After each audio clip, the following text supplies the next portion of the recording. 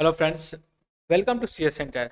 हम इकोनॉमिक में जो economic growth and the development के बीच में डिफरेंसेस पढ़ रहे हैं, उसी को हम जो कि कंटिन्यू सेकेंड पार्ट में कर रहे हैं।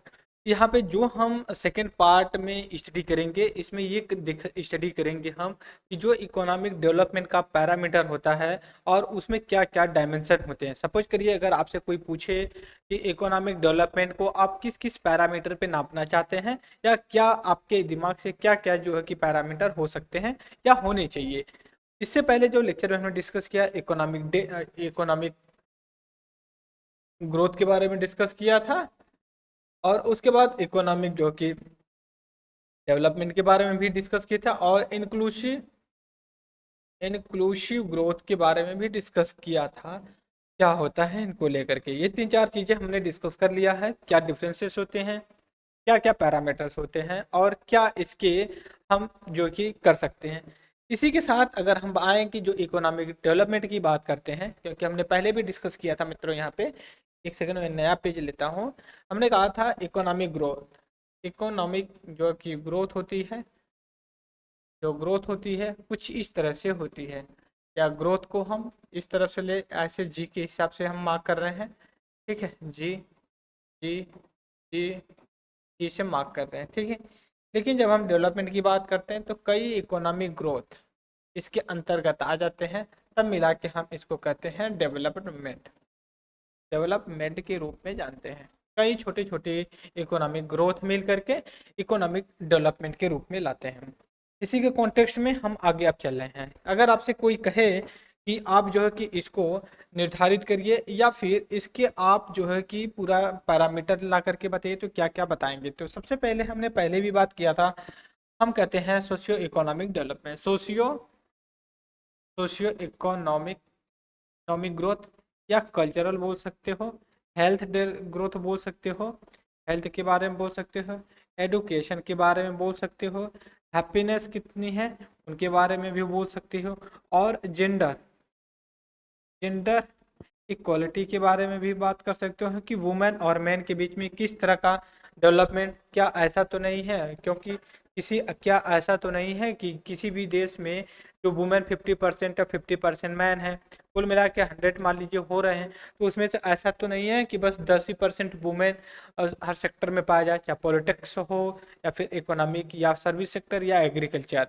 ठीक है, ज़्यादातर वुमेन जो कि हाउस वाइफ या डोमेस्टिक वर्क में ही लगी रहती है, उनका कंट्रीब्यूशन अदर सेक्टर में नहीं होता है, एडुकेशन रेशियो उनका बहुत नीचे होता है। तो ये सारी चीज़ें लेकर के हम जो कि कैलकुलेट करते हैं।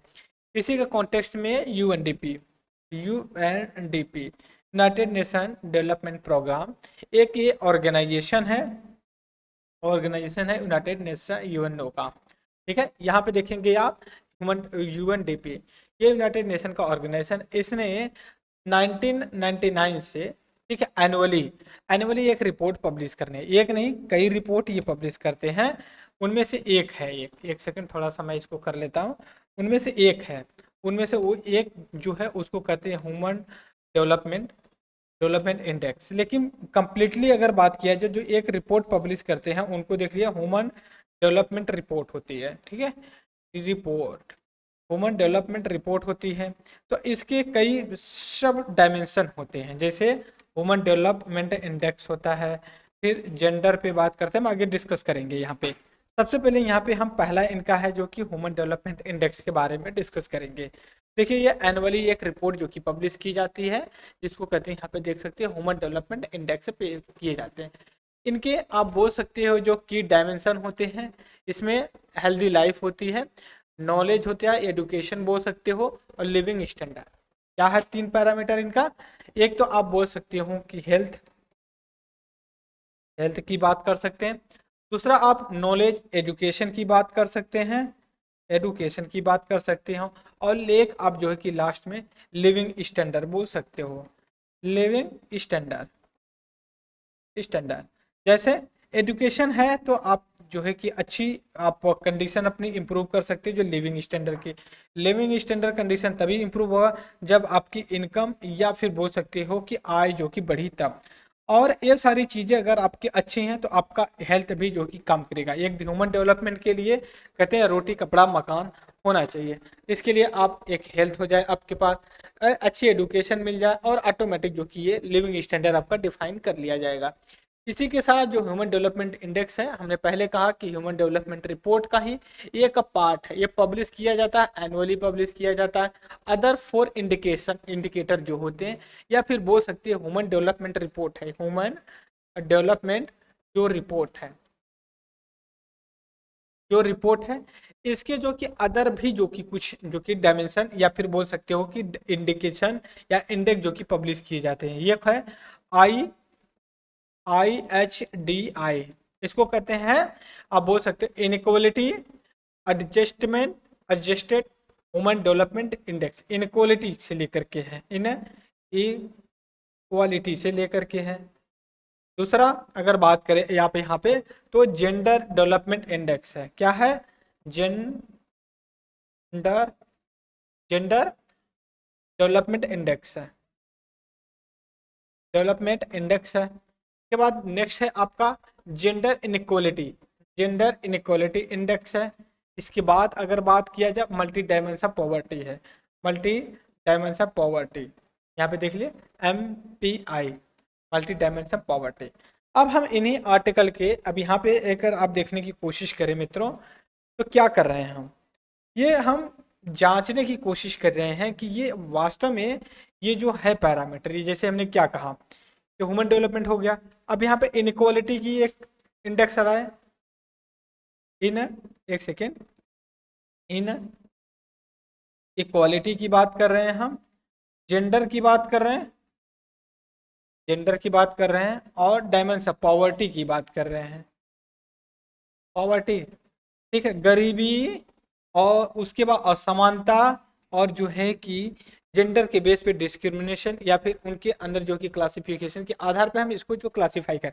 ये तीन चार चीज हमने कहा ना, अगर आपका एडुकेशन हो, हेल्थ हो, ठीक है, लिविंग स्टैंडर्ड हो, इसके बाद इनक्वालिटी, जेंडर, पॉवर्टी, ये 5-6 पैरामीटर पे जो है कि हम पैरामीटर पे जो कि हम ये बता सकते हैं कि किसी भी कंट्री का किस तरह का डेवलपमेंट या कितना डेवलपमेंट हुआ है।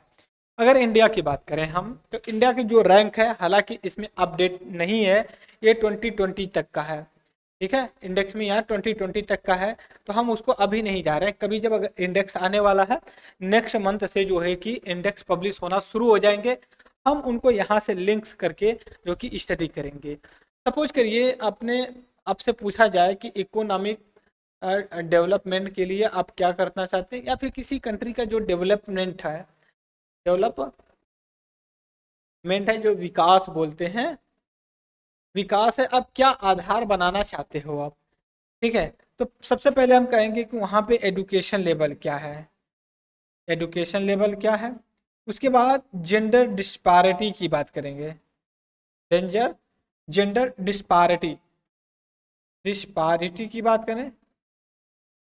इसके बाद अगर बात करें तो इनइक्वालिटी की बात करें, इन इक्वालिटी की बात कर लेंगे हम। इसके बाद हम हेल्थ कंडीशन की भी बात करेंगे, हेल्थ कंडीशन की बात करेंगे। और उसके बाद हम ये भी देखते हैं कि जो लिविंग स्टैंडर्ड है, लिविंग स्टैंडर्ड है वो क्या है। और अभी जो कि नया नया मैं अभी यहाँ पे जो कि इस अलग कलर से लिखने की कोशिश कर रहा हूँ, इन्वायरमेंट, इनविरोनमेंट फुटप्रिंट, फुटप्रिंट प्रिंट का भी जो कि ह्यूमन डेवलपमेंट रिपोर्ट में इंक्लूड कर लिया गया है। ये डिस्कस हो गई। अगर आपसे और पूछा जाए तो आप पॉवर्टी की बात करेंगे, पॉवर्टी की बात करेंगे, भाई पॉवर्टी कितनी है। इसके बाद अगर और भी एक्सेट्रा में डाल सकते हो, जैसे पॉलिटिकल पॉलिटिकल पार्टिसिपेशन पार्टिसिपेशन, जैसे मान लीजिए अगर चाइना की बात की जाए, अगर उसमें कहा जाए पॉलिटिकल एम्पावरमेंट की बात की जाए, तो वहाँ पे आप बहुत कम देखेंगे कि मल्टी मेंबर बॉडी या फिर अदर मेंबर बॉडी जो कि उसमें इंक्लूड, ऐसा नहीं देखेंगे। तो ये सारी चीज़ें हम मिला करके बोलेंगे कि नहीं इनका क्या है, कैसे है। और यूएनडीपी की जो रिपोर्ट आती है, यूएनडीपी की रिपोर्ट है, ह्यूमन डेवलपमेंट रिपोर्ट, रिपोर्ट जो होती है, तो इसके आधार पे हम मान लेंगे। बात समझिए। ठीक है। तो ये सारी चीज़ें जो होती हैं तो हम कहते हैं कि नहीं, ये किस हिसाब से हमारा डेवलपमेंट या किसी कंट्री का कितना डेवलपमेंट हुआ है। ठीक है। अब इसके साथ हम चलेंगे जो, अब बोल सकते हैं 4 कैटेगरी में जो डिवाइड कर लिया गया है। यहाँ पे हम कलर चेंज कर लेते हैं, तो वैल्यू एंड द रैंकिंग के हिसाब से। ये हालांकि अपडेटेड नहीं है या आउटडेटेड, लेकिन जो मेन की चीज़ें हैं हम उनको जो कि करेंगे। ह्यूमन डेवलपमेंट इंडेक्स में डायमेंशन और इंडिकेटर जो है उसके बारे में अगर हम बात करते हैं कि लॉन्ग हेल्दी लाइफ की बात करें, हेल्थ की बात करें, तो life expectancy are the birth level पे। लाइफ एक्सपेक्टेंसी मतलब होता क्या, लोग 60 साल जीते हैं, 70 साल जीते हैं, कुछ लोग 100 साल जीते हैं, जो भी जीते हैं। हालांकि ये भी कहा जाता है इंडियन सोसाइटी की अगर बात की जाए कि जो मृत्यु है, मृत्यु पे किसी का वश नहीं है, जीवन का सत्य यही अंतिम है। ठीक है, एक दिन सभी को जो है कि दुनिया छोड़ करके ही जाना है। लेकिन ये भी अगर बात करें आप कि क्या अगर अगर उसकी एवरेज, यहाँ एवरेज लाइफ एक्सपेक्टेंसी अगर देखा जाए, बोला जाए 40 है, 40 है, हो सकता है कुछ 60 जिंदा है, कुछ लोग 20 पे ही मर जा रहे हैं डिजीज की वजह से। तो इसका ये मतलब नहीं है कि उनकी लाइफ एक्सपेक्टेंसी या फिर भगवान के घर से उतना ही उनके लिए भेजा गया था। ठीक है, वो अलग चीज है, अनहोनी हो जाती है। लेकिन अगर कोई लंबे समय तक बीमार रहता है, उसका ट्रीटमेंट प्रॉपर नहीं हो पाता है, वो डेथ होता है, तो वो देश की जो कि इंफ्रास्ट्रक्चर या हेल्थ सेक्टर की जो कि कमजोरी है कि उसको बेसिक ट्रीटमेंट वगैरह जैसी चीजें नहीं मिल पाई। उसके बाद दूसरा जो डायमेंशन होता है, पहला तो ये हो गया, और दूसरा डायमेंशन नॉलेज हो गया। और expected year of the school, main year of the school मतलब कितने साल ये स्कूल में गया है ईयर में, और इसकी स्कूलिंग मीन एवरेज क्या है। मान लीजिए ये जो कि 12वीं तक पढ़ा छोड़ दिया, और इसके बाद जो तीसरा डिकेंड लिविंग स्टैंडर्ड का national gross income per capita. Living standard आपकी आपके इनकम पे डिपेंड करती है, इनकम पे डिपेंड करती है कि आपकी जो इनकम है वो मतलब कितनी है। अगर आपकी इनकम, दो व्यक्ति यहाँ पे लेते हैं, ए को मानते हैं और बी को मानते हैं, ए से अमन, बी से बबलू मान लीजिए। इनकी एज जो है, इनकी इनकम जो कि मान लीजिए 1 लाख रुपए है, और जो कि बी की इनकम जो कि मान लीजिए 10,000 रुपये है। तो इनके इनके मतलब कि लिविंग स्टैंडर्ड में अंतर तो आएगा। ये मिनरल वाटर पी रहे हैं, ये जो है कि बोर का पानी पी रहे हैं, ये जो कि महीने में आपका 2 बार नॉनवेज खा रहे हैं, ये नहीं खा रहे हैं, और ग्रीन वेजिटेबल वगैरह सारी चीज़ें खा रहे हैं, इनको जो कि नहीं मिल रही है। तो जो बेसिक नीड्स या रिक्वायरमेंट होती है उनको कहाँ से प्रोवाइड किया जाएगा, उनकी इनकम पे ही तो डिपेंड करता है। सपोज करिए आप स्टूडेंट से मुखर्जी नगर या ओल्ड राजेंद्र नगर में रह रहे हैं, घर वाले आपको 15,000 रुपीज पर मंथ भेजते हैं, किसी कारण आपके यहाँ 10,000 रुपये आता है, तो आप क्या करेंगे, कहीं तो कटौती करेंगे, जाते हैं रेस्टोरेंट में। ठीक है, वहाँ पे वीक में संडे में अपना थोड़ा मूड फ्रेश करने के लिए 1,000 रुपये का करते हैं। तो आप कहेंगे अब ऐसा ना कि इस साल इस महीने जो कि 10,000 रुपये आया है, हम जो कि कम कर, तो उसे क्या किया, आप अपने लिविंग स्टैंडर्ड में तो कमी कर रहे हैं। मैं नहीं कह रहा हूँ कि आप एकदम खत्म कर दे रहे हैं, लेकिन ये है कि जहां आप हफ्ते में एक बार मूड फ्रेश करने अच्छे से रेस्टोरेंट एसी रूम में जाते थे, लेकिन आपने वो जाना बंद कर दिया। क्यों? क्योंकि आपकी जो कि सोर्स ऑफ द मनी जो था वो कहीं ना कहीं कम हो गया। नीचे भी दिया गया है कुछ चीजें लेकर के, इनइक्वलिटी सारी चीजें हैं, उसको बाद में डिस्कस अब यहाँ पे नहीं करेंगे। इसके बाद जेंडर इनइक्वलिटी की बात करते हैं। जेंडर इनइक्वलिटी की अगर हम बात करें तो ये न्यू इंडेक्स है डिटरमाइन द जेंडर डिस्पारिटी, मतलब मेल और फीमेल के बीच में, मेल और फीमेल के बीच में कितना डिफरेंसेस है। जैसे मान लीजिए पार्लियामेंट या पॉलिटिक्स में वुमेन का पार्टिसिपेशन 18-20% है, मान लिया 20% हम मान लेते हैं। मुझे लगता है कि मैं बहुत ज़्यादा एक्सपेक्ट कर रहा हूँ, बट मान लेते हैं। लेकिन ये बताइए 20% जो कि वुमेन है हमारे कंट्री में, नहीं, अगर 100 करोड़ पॉपुलेशन है तो उसमें तो आपका 48-49 जो है कि वुमेन ही है ना, बाकी 52-51 जो कि आपका मेल हो जाते हैं। तो इनका भी पार्टिसिपेशन इनके रेशियो के हिसाब से होना चाहिए, बट ऐसा नहीं है। वो अदर रीजन है, जब वुमेन एम्पावरमेंट पढ़ेंगे तो। इसी के कॉन्टेक्स्ट में ये बोल रहे हैं कि इवन डीपी ने एक रिपोर्ट 2010 से पब्लिश करना शुरू किया, और इसमें इन्होंने क्या क्या किया ये देख लीजिए। With in nation gender inequality and the use dimension, the health की बात करते हैं, एम्पावरमेंट की बात करते हैं, लेबर मार्केट पार्टिसिपेशन, जैसे ये एम्प्लॉयमेंट की हो गई। और एम्पावरमेंट का मतलब हो गया कितना इनका पार्टिसिपेशन है, और हेल्थ की बात, रिप्रोडक्टिव हेल्थ की बात करते हैं। जैसे मान लीजिए रिप्रोडक्टिव हेल्थ का मतलब ये है कि आप वुमेन जो होती है इनके पास रिप्रोडक्टिव कैपेसिटी होती है, ठीक है। तो इसमें ये चीजें देखी जाती हैं। सपोज करिए कोई गर्ल्स है, उसकी 15 साल में एज होती है, मतलब 15 साल में इसकी मैरिड हो जाती है, और एज में, और इसके पास मतलब फर्टिलिटी रेट के लिए आपका 45 तक आसपास आप गिन सकते हो। आप समझ करिए कि 30 ईयर आप इसकी मतलब बोल सकते हो रिप्रोडक्टिव या फर्टाइल एज बोल सकते हो। तो इसमें क्या है कि ये कम उम्र की देखिए होती हैं, तो इनको क्या होता है, जच्चा और बच्चा जो बोलते हैं दोनों को डेंजर होता है। लेकिन अगर आप एडुकेट कर दो इनको और शादी 25 साल के बाद करिए या 30 साल 30 के आसपास, तो इनके पास क्या है कि जो फर्टिलिटी रेट है इनकी जो है कि मतलब और रिप्रोडक्टिव एज है इनकी जो कि कम हो जाएगी। मतलब शादी बाद 30, इनके 15 साल ही बचेगा। और इससे बेनिफिट क्या होगा, अगर आप एडुकेट करते हो इनको, तो इनके लिए एक प्लस पॉइंट ये होगा, पॉजिटिव चीजें होगी, ये अपने राइट्स के प्रति काफी अवेयर होंगे, राइट, इस चीज की बात। फिर इसके बाद हम चलें जेंडर जेंडर डेवलपमेंट इंडेक्स की बात कर रहे हैं। जेंडर इंडेक्स जो कि यूएनडीपी ही इसको पब्लिश करता है एज पर 2000 रिपोर्ट। तो इसमें अगर करें एक ग्लोबल जेंडर गैप इंडेक्स आती है जो वर्ल्ड इकोनॉमिक फोरम इसको पब्लिश करती है, ठीक है। इसमें मोर देन 100 कंट्री को पार्टिसिपेट किया जाता है। लेकिन नेक्स्ट अगर हम बात करें, नेक्स्ट जो रिपोर्ट है यूएनडीपी का, इसमें है आपका यहाँ पे देखिए वर्ल्ड हैप्पीनेस इंडेक्स रिपोर्ट करके है। ये कह रहे हैं कि happiness report publish annually bye UNDP, ठीक है, United nation sustainable development solution network publish करता है। 2021 में कुछ रैंकिंग वगैरह की बात कीजिए, और इसके 6 जो कि की क्राइटेरिया है। क्राइटेरिया के पर कैपिटा इनकम की बात करते हैं, परचेजिंग पावर पैरिटी की, social support, healthy life expectancy, freedom make life choice है, जेनेरियस है, रीपरसेप्शन करप्शन की बात करते हैं। इसके बाद हमारा नेक्स्ट पे चलते हैं, ग्रॉस नेशनल हैप्पीनेस इंडेक्स की बात करते हैं। ग्रॉस नेशनल हैप्पीनेस इंडेक्स जो कि कॉइन टर्म किया गया हिज मैजेस्टी के रूप में, जो कि इनको किया गया, ये भूटान की जो है कि इन्होंने पहली बार जो कि अपने किसी कंट्री में अगर बात की जाए हैप्पीनेस इंडेक्स जो पब्लिश किया जाता है वो भूटान में किया जाता है, ठीक है। यहाँ पे हमने ये डिस्कस करने की कोशिश किया है कि क्या क्या चीज़ें आप इंक्लूड कर सकते हो। इसके बाद एक चीज़ है ओईसीडी बेटर लाइफ इंडेक्स।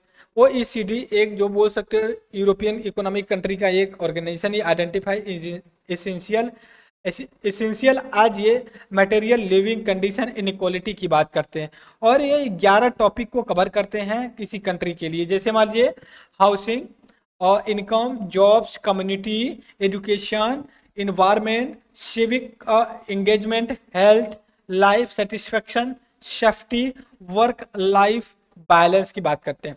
इसके बाद है physical quality of life index की बात करते हैं। ये मेजर किया जाता है quality of life, well being of account, value, average, 3 statics part होते हैं इसकी। ये लिटरेसी की बात करते हैं, इन्फेंट मोर्टेलिटी की बात करते हैं, और लाइफ एक्सपेक्टेशन की बात करते हैं। और इसको अगर डेवलप करने की बात किया था, इस डेवलप किया गया था मॉरिस डेविस मॉरिनिस ने किया है इसको डेवलप। तो ये हमने इकोनॉमिक डेवलपमेंट के बारे में बात किया कि क्या क्या चीज़ें हो सकती हैं, और भी कुछ चीज़ें दिया गया है यहाँ पे कि किस हिसाब से हम किसी कंट्री को कहते हैं कि ये इस कैटेगरी में आती है, लो इनकम है या मिडिल इनकम या अपर इनकम, हाई इनकम है। इनके भी यहाँ पे यूएस डॉलर को लेकर के बोला गया।